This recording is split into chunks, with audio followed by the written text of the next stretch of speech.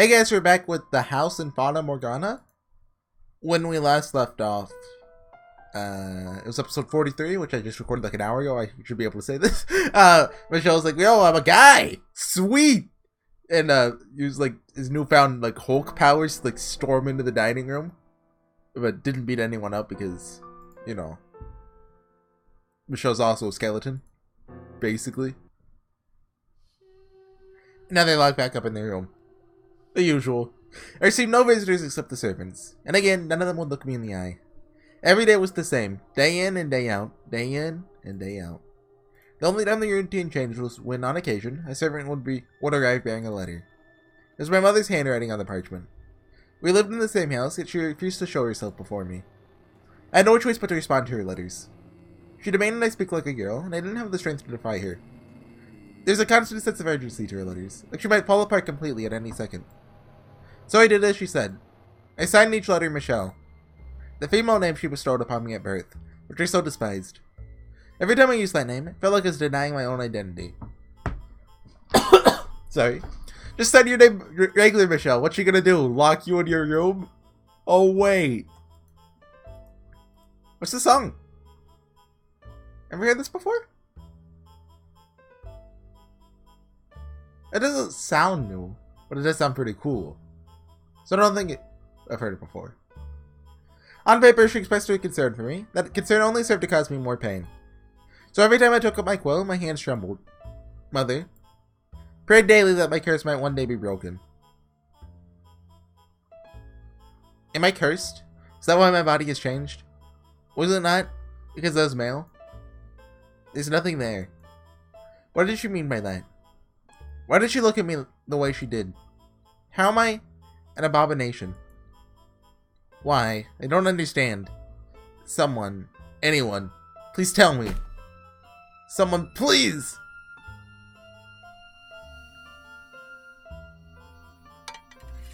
I brought your supper.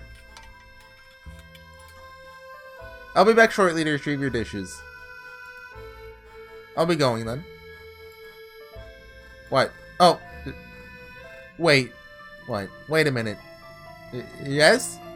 What do you need, Michelle? Is this a guy servant and he's gonna make them take their pants off? Are you a man or a woman? Pardon? Which are you? I am exactly what I appear to be. Which are you? I'm a man. That is all. I'll be going now. Clothes off. What? Take your clothes off. Everything, even your underclothes. Well, surely you jest, Michelle. I'm very serious. I could not possibly. Why not? I could not expose myself. I ordered you to take your clothes off. You mean to humiliate me? Humiliate me? I beg you, please reconsider. What are you? What are you? You're a servant of the Bollinger estate. Ah! And what am I? I am a child of the Bollinger estate. I may be locked up, imprisoned in this room, but that doesn't make you any less my servant. Am I wrong? Clothes off.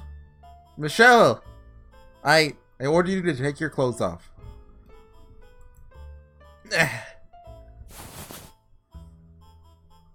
Not even the tiniest sliver of guilt arose in my conscience. I felt no shame in what I was doing. All that mattered to me was figuring out what Aimee had meant. I wanted to find out the truth.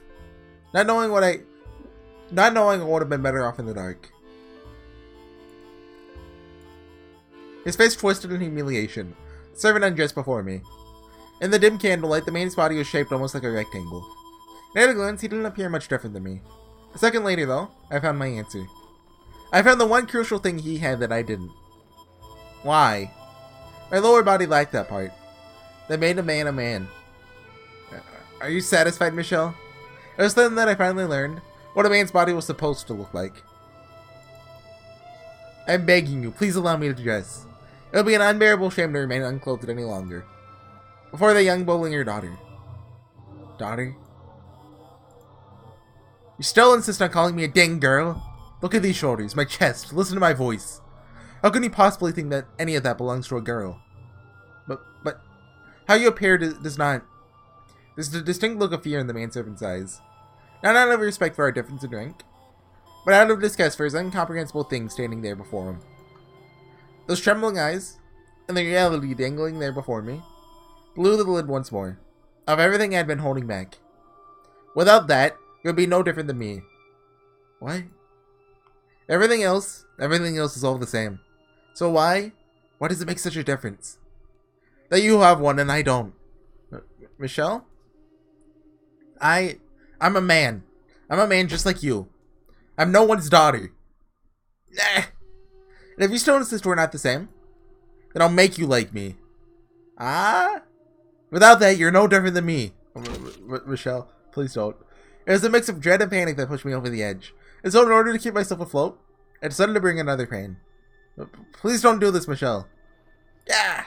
In a blind frenzy, hardly even aware of what I was doing, just dreading the current of my erupting emotions, I swept a knife off the... Please don't do this. Off the tray the man had brought, knocked him down and climbed onto him. I'll get rid of it. I'll make you the same. Without it, you'll be just like me. Get off me, please! Someone help! I'll make you just like me. Get in here, someone! Anyone! Michelle! She's delirious! Through the fog of hysteria, I suddenly realized I was surrounded by several servants. The next thing I knew, I was on the floor beneath them. There were as many, if not more of them, than when I had made the scene in the Great Hall. A dozen men servants stared down at me, their eyes filled with fear and revulsion. And in the shadows beyond the crowd, some mother looking on me with vacant eyes. Mother, why? Why will you only speak to me through letters? Why do you say I'm cursed? Mother, I'm male. I was always male. Tell me that I am, Mother. Let me out of here, please. I'm not delirious. My head is perfectly clear. I'm normal. There's nothing wrong with me. I'm not cursed. Mother, say something. Mother!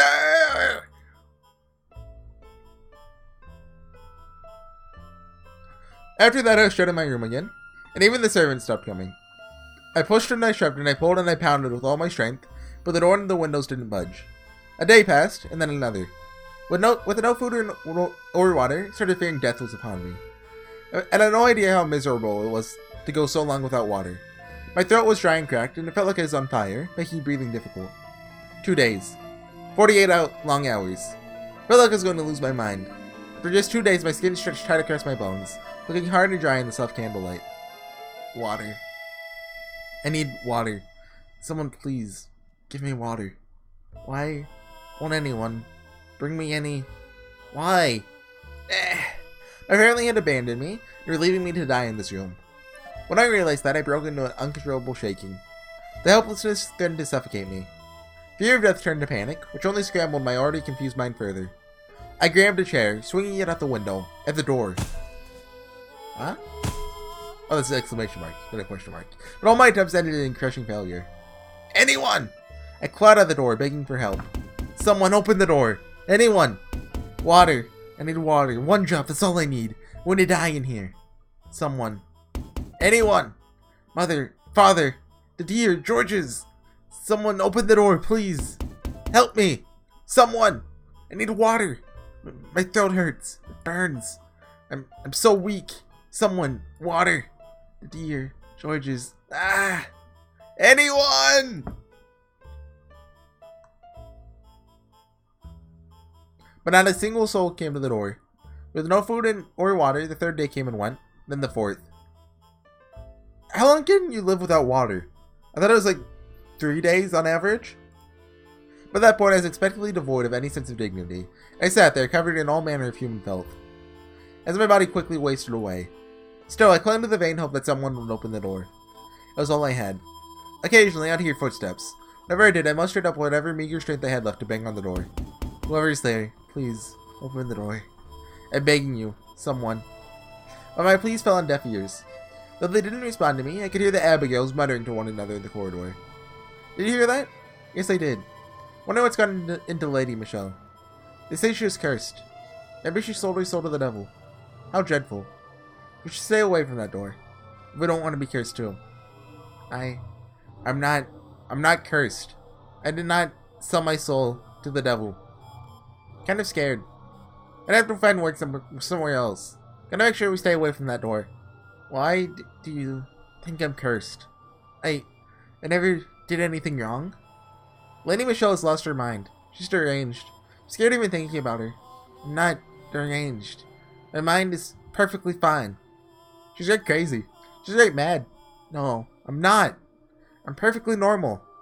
Tee hee hee. Tee hee hee.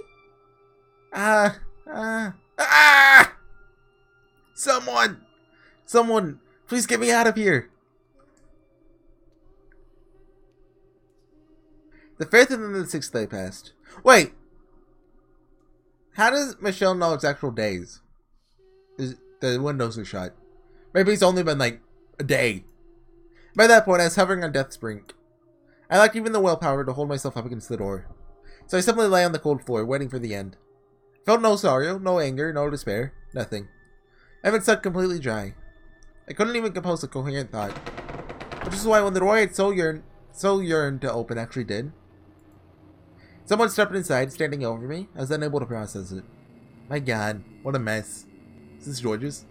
Are you still alive? Ah. Well, look at that. I was afraid you'd be dead. It was Aimee's voice, all.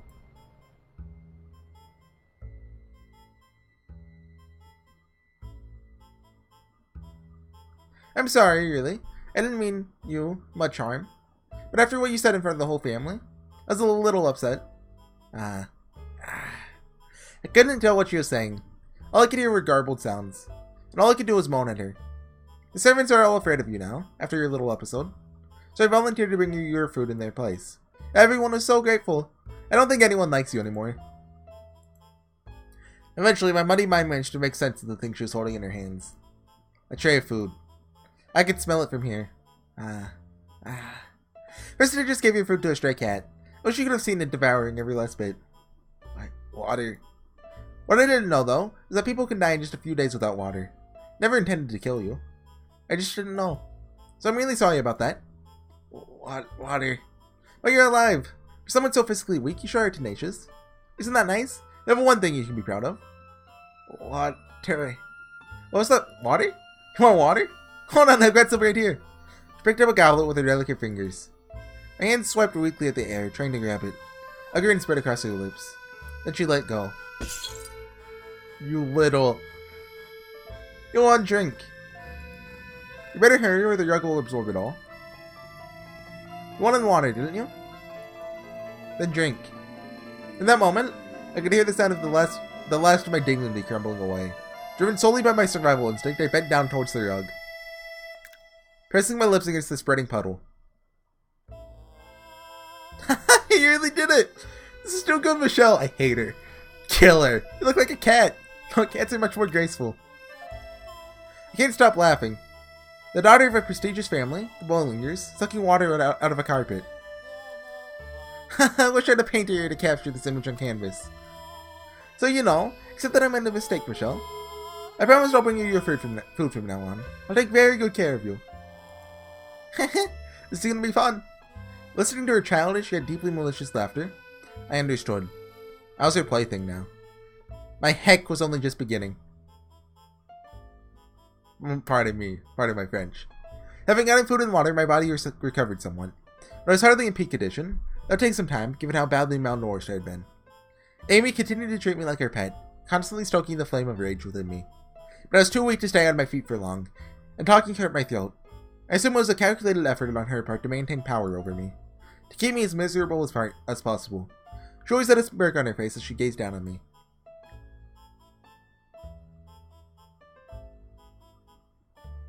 I think this CG is really good. It just makes Aimee look like death itself. You kinda get what you see what I mean? Or is that just me? Come on, open up. Today I'm gonna feed you myself. What's the matter? Can't put anything in with your mouth closed. What do you want to starve to death? Aimee, why are you doing this? Why? Because it's fun, why else? You're married into this family, you sick wench. What gives you the idea you could treat me?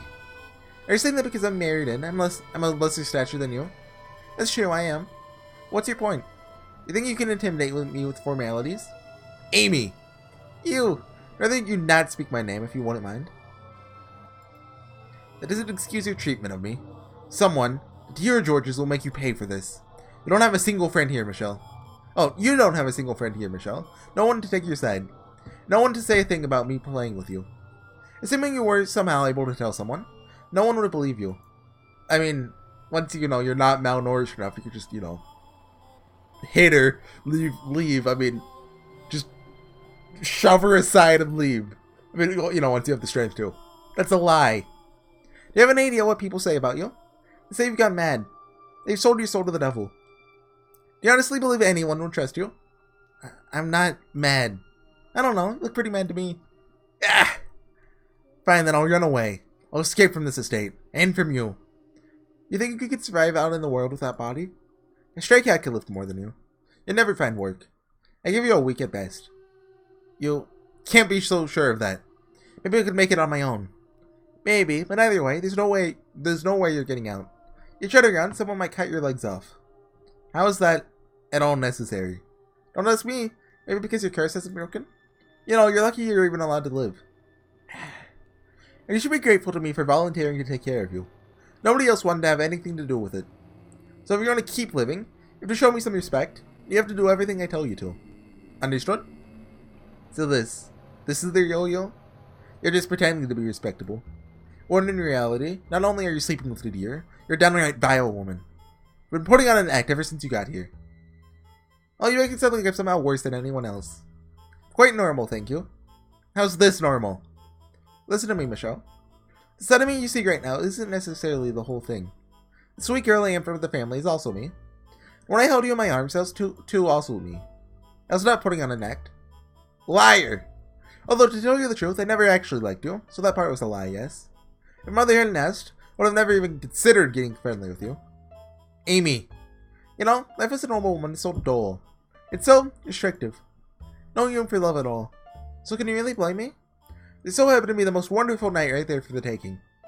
Why shouldn't I have gone after him? I'm still young. Let me have some fun, Not like women have much else in the way of recreation. So it wasn't the deer, but you who seduced him? And it all would have worked out so beautifully to him if you had only kept your mouth shut. You ruined our family gathering and damaged my reputation. And you called me a whore. That wasn't very nice now, was it? Is it any surprise I'm a little sore? You brought this on yourself, Michelle. I brought this on myself? Don't you dare. Nothing justifies what you're doing to me. I'm not the disturbed one. You're a crazy whore, and you don't try and pretend otherwise, dang you. Oh my. Oh, such language. You're not being very nice to me, Michelle. Girls aren't supposed to talk like that, Not a girl. Then what are you? I'm a man. A man? With that body?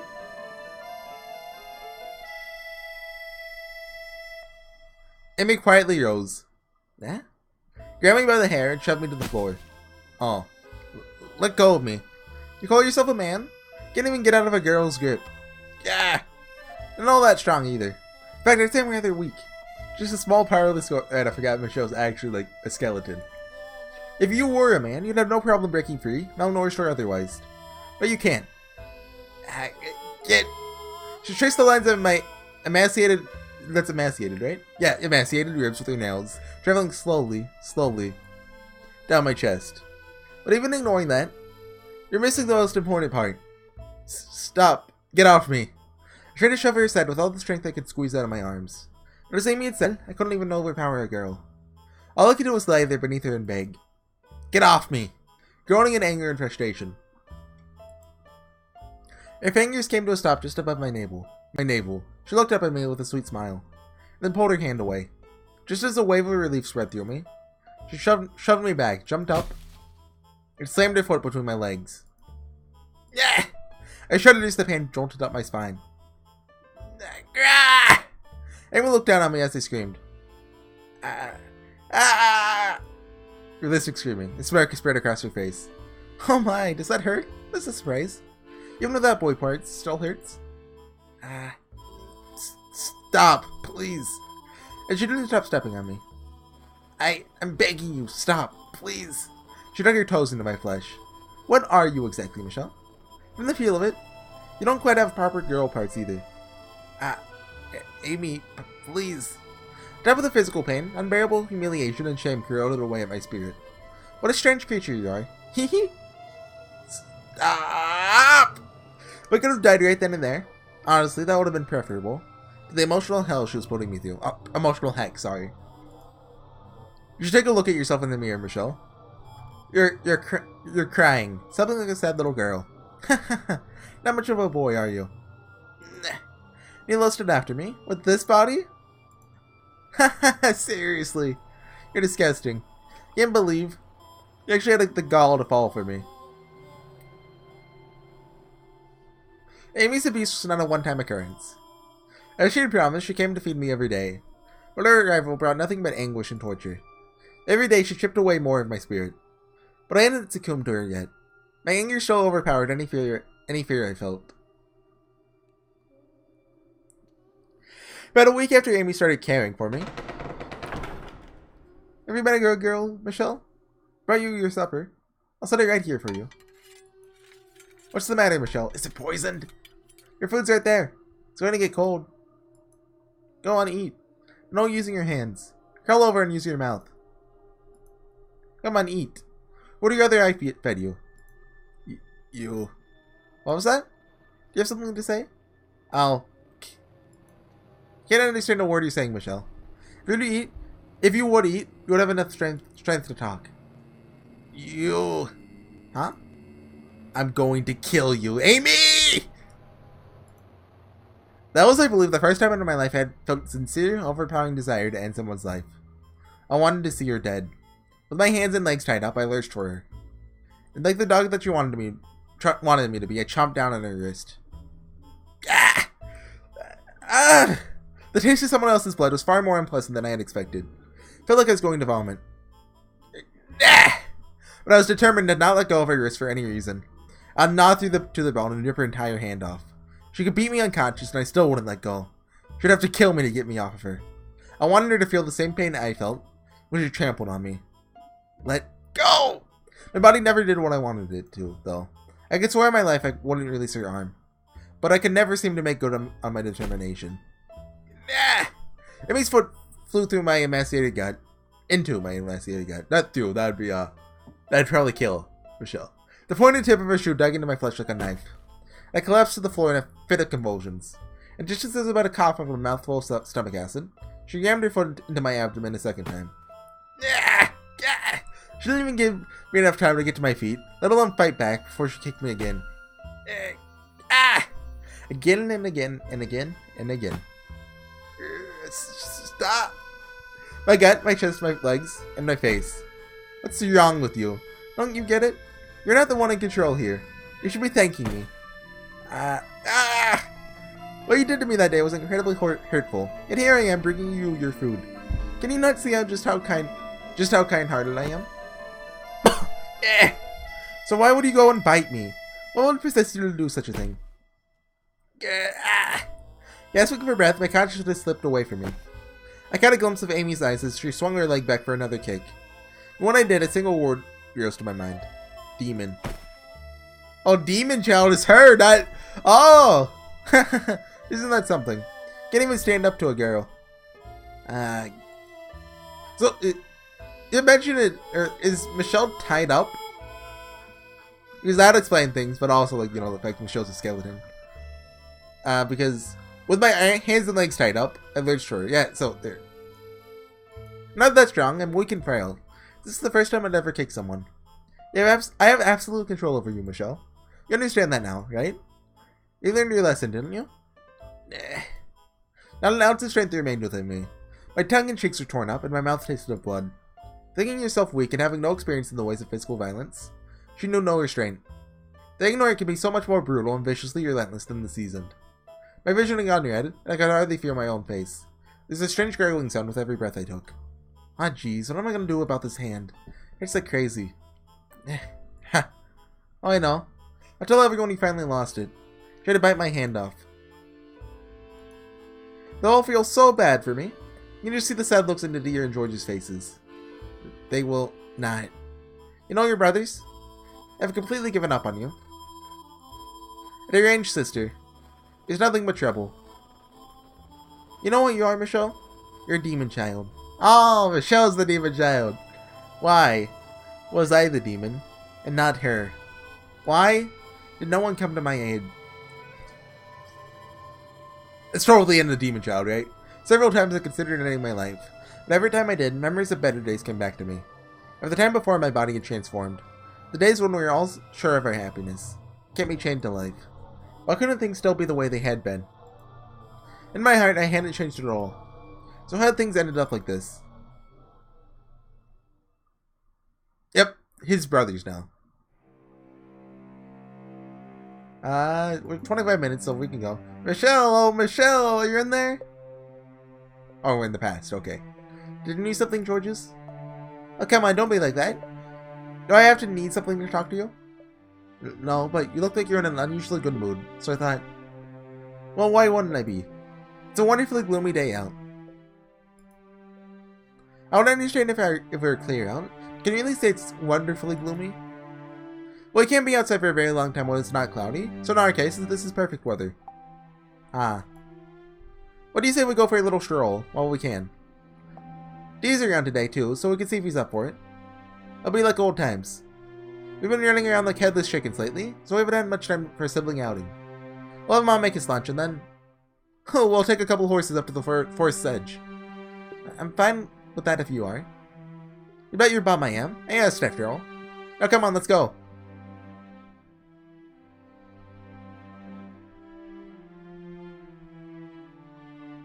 An outing, you say? Yep. Hop up a couple horses and head for the forest. We haven't done this in a while, so I figured why not? I see. Well, if Michelle's coming, see no reason to say no. Let's set off right away. Whoa, slow down there. You're saying you want to go if it's just me? It's Michelle or nothing? Of course. Why do I think I want to go horse riding alone with you? I'd rather drown myself. Le gasp! That's how French people gasp. They don't actually go, they say le gasp. Dear, could I perhaps make a small request? Go on, let's hear it. Do you mind if I hold the horse's reins? Oh, that's all? By all means. I'll be there behind you to make sure nothing happens, so have at it. But do be warned, my horse is a bit temperamental. If you're not gentle, he'll start getting moody with you. I doubt that will be a problem for you though, Michelle. I'll be careful.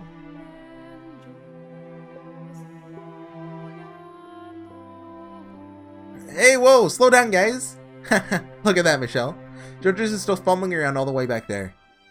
Are we still going a bit too fast? Are we going a bit too fast? No, you're fine. That you're able to get past that so quickly is proof of your talent. Ha, I finally caught up. This isn't a race, you know. Why can't we enjoy the scenery, indulge in some nice pathos? A warrior and his horse need not a pathos. Isn't that right, Michelle? Certainly is, dear. Come on, you guys. Be nice. This is my idea. You're really taken after old D, haven't you, Michelle? I, for one, would rather see you admiring flowers, or dancing with butterflies, or gazing on a beautiful sunset, or enjoying poetry. More pathos, my dear sister. Less barbarism. Barbarism? It comes from barbarian, right? So, barbarism. Long swords, suits of armors, and tales of heroic knights are so much more appealing, though. Let him get his claws in too deep, Michelle. Oh dear, oh my. I'd have 2 meathead siblings before I know it. What did he just call me? Now, you two. Why don't we stop here for a picnic? Second then, my stomach's been rumbling up a storm. I took a few bites earlier because I was about to die back there. I hope your horse throws you into a river. On a nice CG of them having a nice happy time. Hey, so the other day I brought a cat home. A cat? Yep. Speckled from head to tail and ugly as a witch's butt. That counts, right? Right? I think. I was gonna keep it in my room. My mom flipped when she saw it. Keep that filthy thing out of my house. Was there something we could do about how much of a clean freak she is? Georges, try not to stress mother too much. You're unpredictable enough as is. It'd be nice though, to have a cat, I mean. You think so? Then how about this? We'll keep it in the courtyard. I'll feed it on days when it's clear, and you can do it when it's cloudy, Michelle. I don't know what cats eat though. I bet you like pastries. You want to kill the cursed thing? Cannot approve of anyone taking care of an animal who thinks that's a good idea. Sorry. Pull this stick out of your butt, D. Life's all about experimentation. Live and learn. Don't experiment on animals. Well, if you're gonna be like that, how about you help out too? You can keep an eye on us to make sure we don't do anything stupid. What? Now you're trying to drag me into this? Already done. You're in. It's settled. Dang it, Georges! Now we just need to come up with a name. Have you got any ideas, Michelle?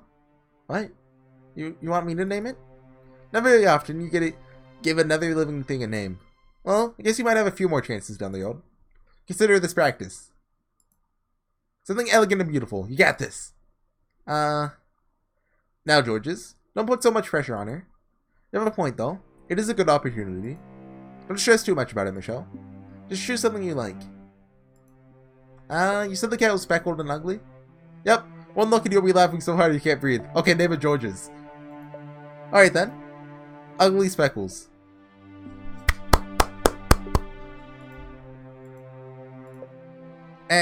That's his name? I assume you do not have a future in the arts, Michelle. But you said it was ugly and speckled, Georges. I did, yes. Could have tried a little harder than that, though. But you know, why not? Ugly Speckles it is. It's actually kind of charming when you say it out loud. Ugly Speckles. It's not that funny. It is quite something indeed. The more I think about it, the more Not you too, dear. We should bring Ugly Speckles on our next outing. Sitting together beneath the clouds having lunch. That we should. When Michelle's gotten a little bigger, let's do this again. The three of us and our ugly speckled cat. You said it. We're all good friends here, after all. How old is Michelle during this?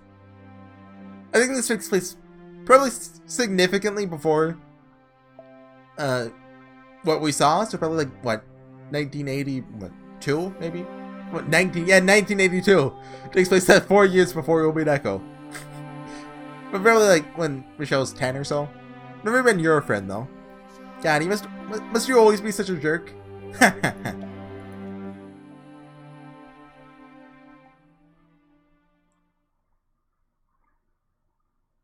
Is it the end of his brothers? Nope. I'll keep going then. Should I keep going? Might not get another chance to end at like a good time. But I'll try. The dear, Georges, was Aimee telling the truth? Do you really think I'm nothing but trouble? Do you think I've lost my mind? That I'm a demon child? The dear, Georges, why do you not open this door for me and let me out? Were the things I said that day really so heinous? You said that heinous, right? Do you resent me too, like Aimee? The dear, Georges, how do you thinking about me now? Is this body really so unusual? If I hadn't undergone the transformation I did, would things still have been the way they were before? Would we still be able to go out to that forest again and make silly, meaningless conversation, everyone laughing like we had them? If this body hadn't changed the way it did, would I not be trapped in this darkness? Even if that were the case, I didn't want to be a girl. If God descended from heaven and offered to change me back, I'd have turned him down. Because inside, I wasn't a girl. And my nightmare at Aimee's hands didn't end there either. As much as I loathed to admit it, I was terrified of her. Every day I dreaded the sound of the door opening.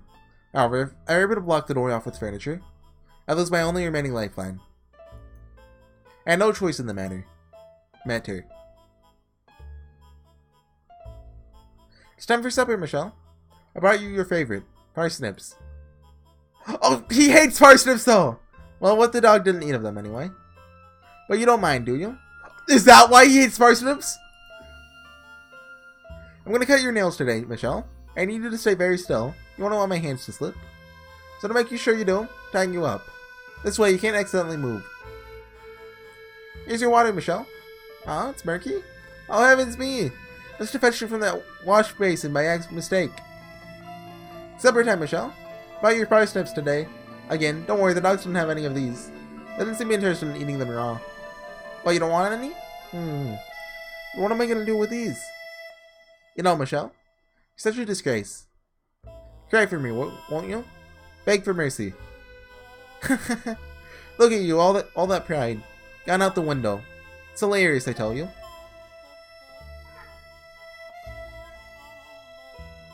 She did everything imaginable to torture me, both physically and emotionally. To be honest, it was rather impressive, in a sick way, that she was able to come up with so many different ways to torment me. She knew precisely what caused me the most pain. My body, the discrepancy between what I was and what I felt I was. She delighted in telling me I wasn't male, sometimes in showing me. But I don't think I need to describe the things she did to me in any more detail. I could think of only one way to keep myself from breaking down. I completely stopped talking, stopped struggling. Then one day, after about 6 months or so, she said with a disinteresting sigh, "I'm done." That was the last of it. By swallowing my pride and not resisting, I was able to escape from her grip. Once she was gone, the servants took over attending to me again. I was still imprisoned, but now there's a serenity in my solitude. I didn't speak with anyone. I didn't make eye contact. I didn't do anything. I just lived. But even though I had peace, I still feared Aimee having a change of heart. I trembled at the possibility that one day it might be her that opened the door. But above all, I hated, despised the fact that I lived in such fear of a girl. An overwhelming self-loathing threatened to crush me. I had recurring nightmares about the things Aimee had done to me. The wounds she gave me did not heal. They only grew worse, eating away at me day after day. I was beginning to lose confidence in my own sanity in the silent darkness, where there's no sense of time. The line between dream and reality blurred. After I found myself screaming, crying in the empty air. I clawed at my skin, pulled out my hair, paced back and forth across the room, pounded at the door, yelling for help. Screamed some more. It was the very image of pitiful. Absolute wretchedness. Every time I did, I'm sure there's someone on the other side of that door, whispering about how poor Michelle had lost her mind. Eventually, I gave up entirely. Can you hear that? Is that being picked up? Probably not. Hopefully not. It was a stormy night of my 16th year.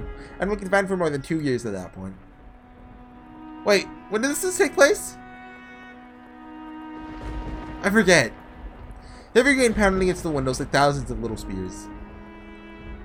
I was sitting quietly on my bed, unable to fall asleep, when suddenly there's a loud banging on the door. Michelle, are you awake? If you are, then hurry up and get awake. We got big trouble. Oh, your dang voice. But when I first heard my brother's voices after so long, I thought I was hallucinating. In 2 years, they'd never once come for me, no matter how hard I pounded on the door, no matter how many times I called for them. After all that, I didn't expect that to ever change. I'd given up, assumed they had long since cast me aside. Unable to bring myself to say anything, I simply stared at the door. When there's another BAM BAM! The sound was half consumed by a crack of thunder, giving it an indescribably eerie quality. Please say something, Michelle. Seriously, there's no time. You can hear us in there, can't you?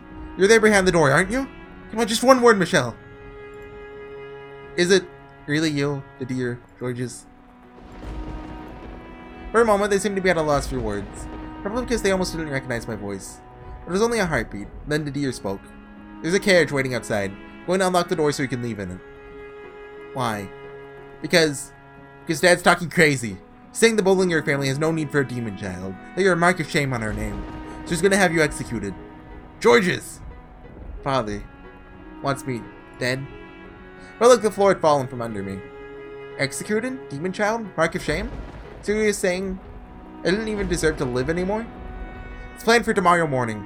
We only just found out ourselves, which is why we prepared a way for me to escape. But why? Why? Do we even need to ask? Because we're family. Something terrible has gotten into Father. I clenched my teeth, fighting back a bitter, angry sigh. But I couldn't keep all those emotions bottled up for long. A maelstrom of feelings. Always thought it was Maelstrom, but Maelstrom? Maelstrom. Of feelings I thought I had lost in my 2 years of imprisonment swirled up inside me, spilling from my lips. Why? Why are you doing this now? If you really felt that way, then why didn't you come sooner? 2 years I spent locked in this room. Oh, that's being picked up. Ooh. I'll keep going. Do you have any idea how I felt in that time? Any idea how hard I had to fight to endure? How many times I cried for your help? How hard I pounded on the door, begging to be set free. But never once did you come. Not even once. Michelle, I scare you, don't I? You think I've gone insane, that I've lost my mind. That I sold my soul to the devil, don't you? No, Michelle, we don't. Then why? Why didn't you come and set me free? Michelle, no, we don't think you've lost your mind at all. So you didn't want to see me then. You didn't want to face what I'd become. Tell me when I'm wrong, dear Georges. You left me here, abandoned me for 2 whole years. Locked me away so you didn't have to see me. I'm sorry, I'm just, really busy with my art. Georges! Been getting a ton of commissions down in the court. It's like the worst thing you could say. Didier's a knight now, you know? She's up to his neck in expeditions. I'm really sorry. As am I. I cannot say that you're wrong. After what happened, I wasn't sure how I was supposed to act around you. Still not sure, even now. I knew I had to find the time to collect myself. But I kept putting it off. Apparently hoping the time would take care of it all. I'm just gonna call it there. It's probably pretty annoying to listen to. So, I'll see you guys next time. Some more of House of Fata Morgana. Terrible place to call it. Hopefully I'll get to play more today. So see you guys then. Bye.